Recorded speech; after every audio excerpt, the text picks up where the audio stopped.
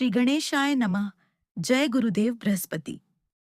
स्वागत है आप सभी श्रद्धालु भक्तों का हमारे इस पावन और आध्यात्मिक YouTube चैनल धर्म कर्म की बातें बाई सीमा में।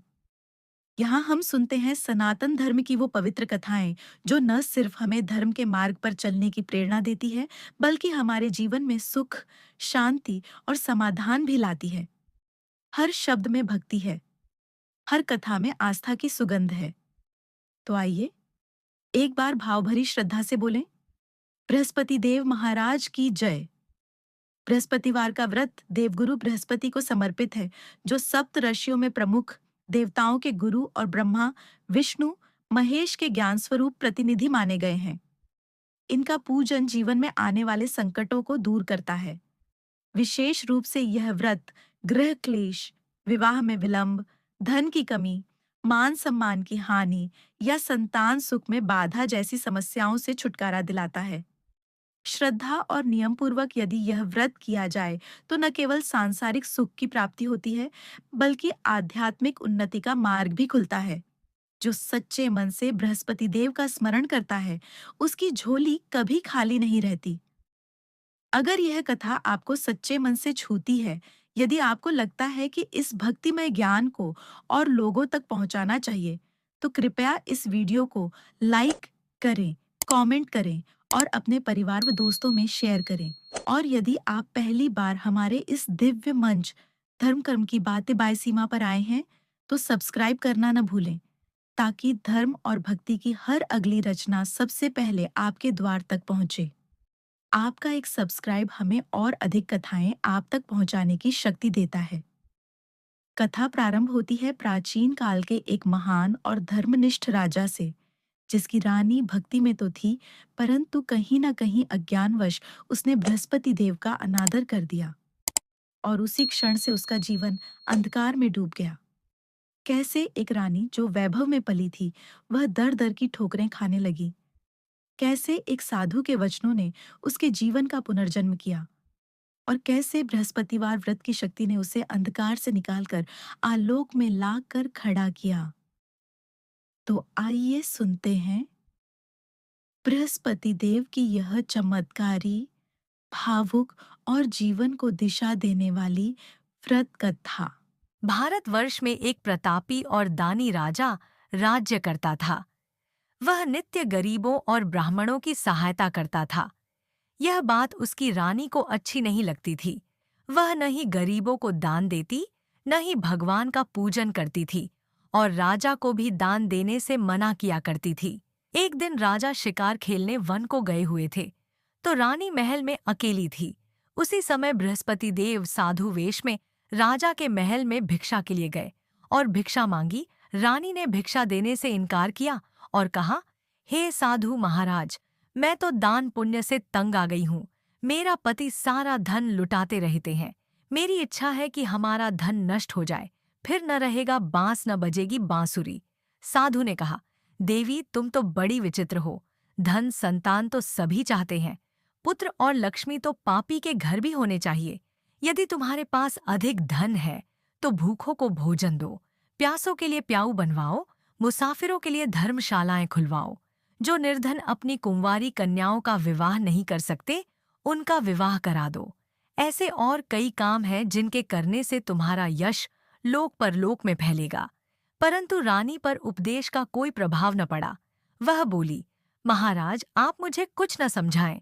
मैं ऐसा धन नहीं चाहती जो हर जगह बांटती फिरूं।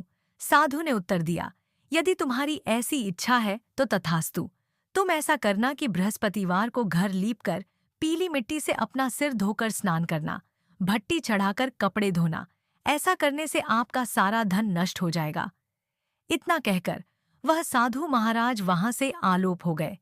साधु के अनुसार कई बातों को पूरा करते हुए रानी को केवल 3 बृहस्पतिवार ही बीते थे कि उसकी समस्त धन संपत्ति नष्ट हो गई। भोजन के लिए राजा का परिवार तरसने लगा।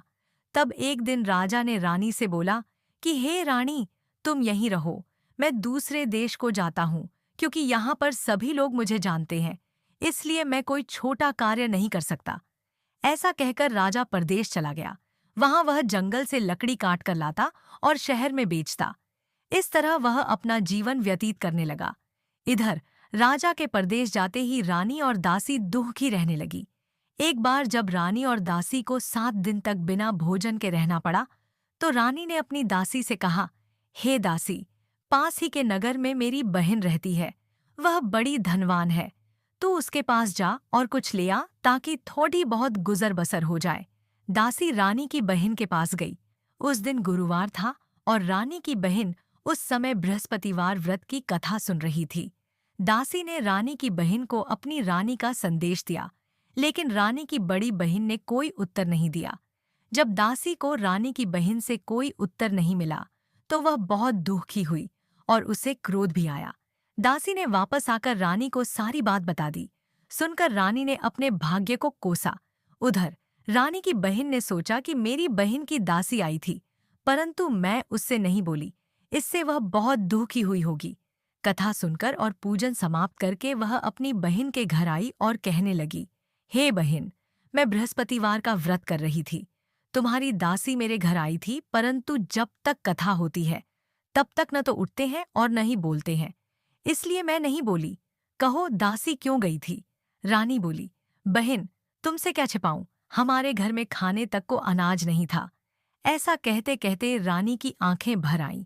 उसने दासी समेत पिछले 7 दिनों से भूखे रहने तक की बात अपनी बहन को विस्तार पूर्वक सुना दी।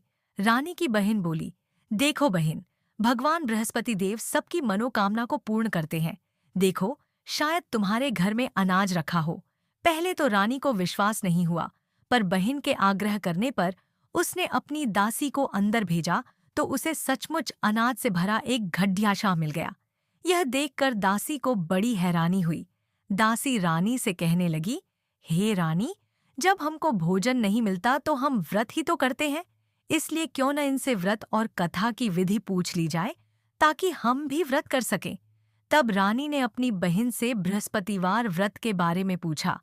उसकी बहन ने बताया, बृहस्पतिवार के व्रत में चने की दाल और मुनक्का से विष्णु भगवान का केले की जड़ में पूजन करें तथा दीपक जलाएं, व्रत कथा सुने और पीला भोजन ही करें। इससे बृहस्पति देव प्रसन्न होते हैं। व्रत और पूजन विधि बताकर रानी की बहन अपने घर को लौट गई। 7 दिन के बाद जब गुरुवार आया तो रानी और दासी ने व्रत रखा। घुड़साल में जाकर चना और गुड़ लेकर आईं, फिर उससे केले की जड़ तथा विष्णु भगवान का पूजन किया। अब पीला भोजन कहाँ से आए, इस बात को लेकर दोनों बहुत दुखी थे। चूंकि उन्होंने व्रत रखा था, इसलिए बृहस्पति देव उनसे प्रसन्न थे। इसलिए वे एक साधारण व्यक्ति का रूप धारण कर 2 थालों में सुंदर पीला भोजन दासी को दे गए। भोजन पाकर दासी प्रसन्न हुई और फिर रानी के साथ मिलकर भोजन ग्रहण किया। उसके बाद वे सभी गुरुवार को व्रत और पूजन करने लगी। बृहस्पति भगवान की कृपा से उनके पास फिर से धन संपत्ति आ गई, परंतु रानी फिर से पहले की तरह आलस्य करने लगी। तब दासी बोली, देखो रानी, तुम पहले भी इस प्रकार आलस्य करती थी। तुम्हें धन रखने में कष्ट होता था, इस कारण सभी धन नष्ट हो गया, और अब जब भगवान बृहस्पति की कृपा से धन मिला है तो तुम्हें फिर से आलस्य होता है। रानी को समझाते हुए दासी कहती है कि बड़ी मुसीबतों के बाद हमने यह धन पाया है, इसलिए हमें दान पुण्य करना चाहिए, भूखे मनुष्यों को भोजन कराना चाहिए और धन को शुभ कार्यों में खर्च करना चाहिए, जिससे तुम्हारे कुल का यश बढ़ेगा, स्वर्ग की प्राप्ति होगी और पितृ प्रसन्न होंगे। दासी की बात मानकर रानी अपना धन शुभ कार्यों में खर्च करने लगी, जिससे पूरे नगर में उसका यश फैलने लगा। एक दिन राजा दुखी होकर जंगल में एक पेड़ के नीचे आसन जमाकर बैठ गया। वह अपनी दशा को याद करके व्याकुल होने लगा। बृहस्पतिवार का दिन था। एकाएक उसने देखा कि निर्जन वन में एक साधु प्रकट हुए। वह साधु वेश में स्वयं बृहस्पति देवता थे। लकड़हारे के सामने आकर बोले, हे लकड़हारे, इस सुनसान जंगल में तू चिंता मग्न क्यों बैठा है? लकड़हारे ने दोनों हाथ जोड़कर प्रणाम किया और उत्तर दिया, महात्मा जी, आप सब कुछ जानते हैं, मैं क्या कहूँ? यह कहकर रोने लगा और साधु को अपनी आत्मकथा सुनाई। महात्मा जी ने कहा, तुम्हारी स्त्री ने बृहस्पति के दिन बृहस्पति भगवान का निरादर किया है, जिसके कारण रुष्ट होकर उन्होंने तुम्हारी यह दशा कर दी। अब तुम चिंता को दूर करके मेरे कहने पर चलो तो तुम्हारे सब कष्ट दूर हो जाएंगे और भगवान पहले से भी अधिक संपत्ति देंगे। तुम बृहस्पति के दिन कथा किया करो। 2 पैसे के चने मुनक्का लाकर उसका प्रसाद बनाओ और शुद्ध जल से लोटे में शक्कर मिलाकर अमृत तैयार करो। कथा के पश्चात अपने सारे परिवार और सुनने वाले प्रेमियों में अमृत व प्रसाद बांटकर आप भी ग्रहण करो। ऐसा करने से भगवान तुम्हारी सब मनोकामनाएं पूरी करेंगे। साधु के ऐसे वचन सुनकर लकड़हारा बोला, हे प्रभु, मुझे लकड़ी बेचकर इतना पैसा नहीं मिलता जिससे भोजन के उपरांत कुछ बचा सकूं। मैंने रात्रि में अपनी स्त्री को व्याकुल देखा है। मेरे पास कुछ भी नहीं जिससे मैं उसकी खबर मंगा सकूं। साधु ने कहा, हे लकड़हारे, तुम किसी बात की चिंता मत करो। बृहस्पति के दिन तुम रोजाना की तरह लकड़ियां लेकर शहर को जाओ। तुमको रोज से दुगुना धन प्राप्त होगा, जिससे तुम भली भांति भोजन कर लोगे तथा बृहस्पति देव की पूजा का सामान भी आ जाएगा। इतना कहकर साधु अंतर्ध्यान हो गए। धीरे धीरे समय व्यतीत होने पर फिर वही बृहस्पतिवार का दिन आया। लकड़हारा जंगल से लकड़ी काटकर किसी शहर में बेचने गया। उसे उस दिन और दिन से अधिक पैसा मिला। राजा ने चना गुड़ आदि लाकर गुरुवार का व्रत किया। उस दिन से उसके सभी क्लेश दूर हुए। परंतु जब दोबारा गुरुवार का दिन आया तो बृहस्पतिवार का व्रत करना भूल गया। इस कारण बृहस्पति भगवान नाराज हो गए। उस दिन उस नगर के राजा ने विशाल यज्ञ का आयोजन किया तथा शहर में यह घोषणा करा दी कि कोई भी मनुष्य अपने घर में भोजन न बनावे न आग जलावे, समस्त जनता मेरे यहाँ भोजन करने आवे। इस आज्ञा को जो न मानेगा उसे फांसी की सजा दी जाएगी। इस तरह की घोषणा संपूर्ण नगर में करवा दी गई।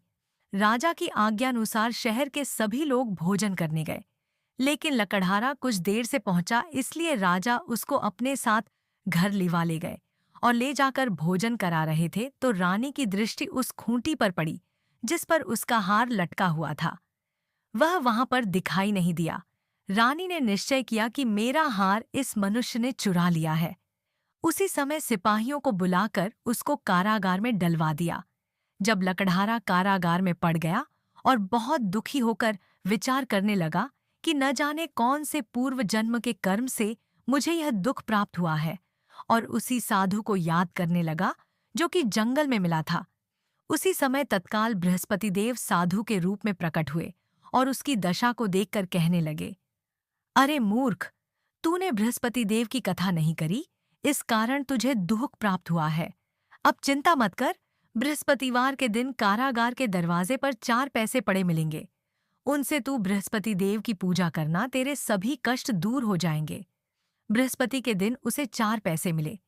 लकड़हारे ने कथा कही। उसी रात्रि को बृहस्पति देव ने उस नगर के राजा को स्वप्न में कहा, हे राजा, तुमने जिस आदमी को कारागार में बंद कर दिया है वह निर्दोष है, वह राजा है, उसे छोड़ देना। रानी का हार उसी खूंटी पर लटका है। अगर तू ऐसा नहीं करेगा तो मैं तेरे राज्य को नष्ट कर दूंगा।